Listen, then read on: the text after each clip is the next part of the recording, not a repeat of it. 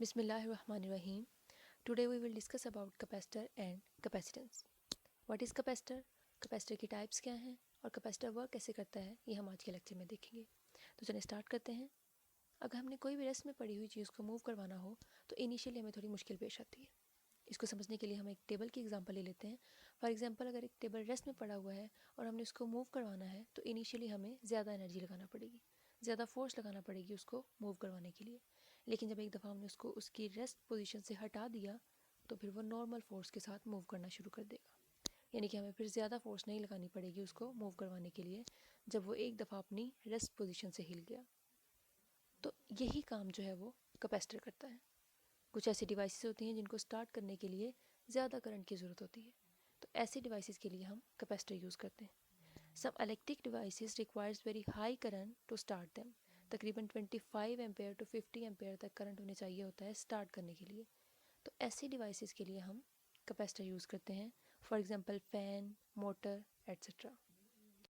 आपने बाज़ दफ़ा देखा होगा कि हम पंखे का स्विच ऑन करते हैं लेकिन पंखा नहीं चलता, लेकिन जब हम उसे इनिशियली टॉर्क प्रोवाइड करते हैं या फिर हाथ से थोड़ा सा हिला देते हैं तो पंखा चलना शुरू कर देता है। तो इसके पीछे वजह क्या होती है? क्योंकि पंखे का कैपेसिटर ख़राब होता है।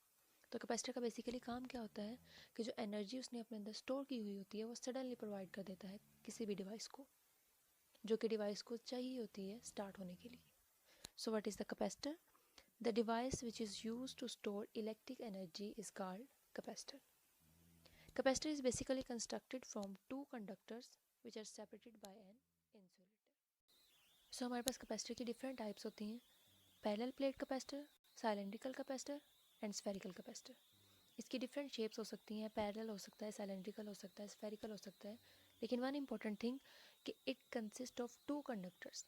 इसमें दो कंडक्टर्स होंगे। पैरेलल प्लेट कैपेसिटर में भी ये देखिए दो कंडक्टर्स हैं। Similarly in cylindrical there are two conductors and similarly in spherical there are two conductors which is separated by a distance d. तो बेसिकली कैपेसिटर जो है वो इनिशियल एनर्जी प्रोवाइड करता है या फिर huge amount of current provide करता है किसी भी डिवाइस को जो कि उसे रिक्वायर होता है टू स्टार्ट। अब जो एनर्जी कैपेसिटर प्रोवाइड करता है वो एनर्जी उसके अंदर स्टोर कैसे होती है या फिर कैपेसिटर वर्क कैसे करता है, इसको हम देख लेते हैं। So let us consider a parallel plate capacitor in which one plate is connected with the positive terminal and the other plate is connected with the negative terminal. अब जो पॉजिटिव टर्मिनल के साथ कनेक्ट है plate, वहाँ पर positive charges इकट्ठे हो जाएंगे और जो नेगेटिव टर्मिनल के साथ कनेक्ट है वहाँ पर नेगेटिव चार्जेस इकट्ठे हो जाएंगे। पॉजिटिव और नेगेटिव चार्जेस का मतलब क्या है? पॉजिटिव चार्जेस मीन्स दैट वहाँ से इलेक्ट्रॉन्स निकल रहे हैं और नेगेटिव चार्ज मीन्स दैट वहाँ पर इलेक्ट्रॉन्स एंटर हो रहे हैं। अब यहाँ पर चार्जेस की डिस्ट्रीब्यूशन हो जाएगी।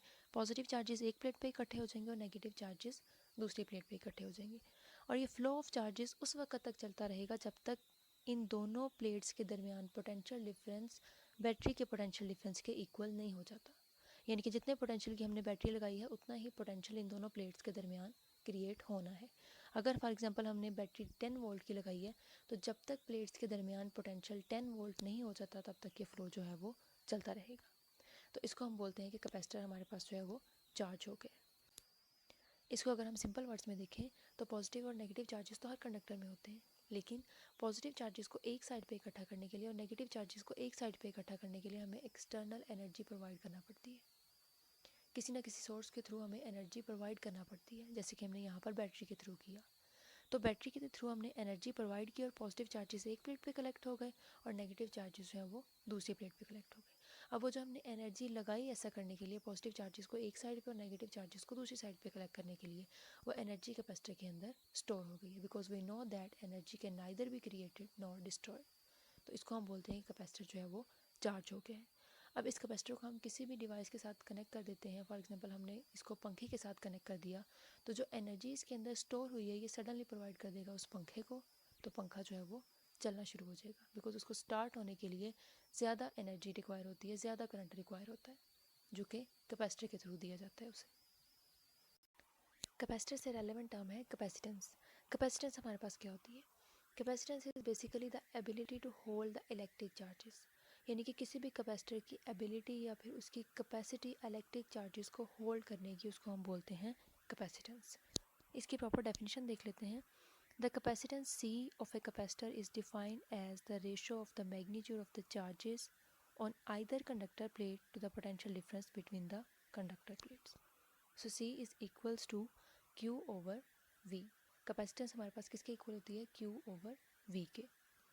अब यहाँ पर Q तो आएगा क्योंकि कैपेसिटेंस हमारे पास होती है ability to hold the electric charges.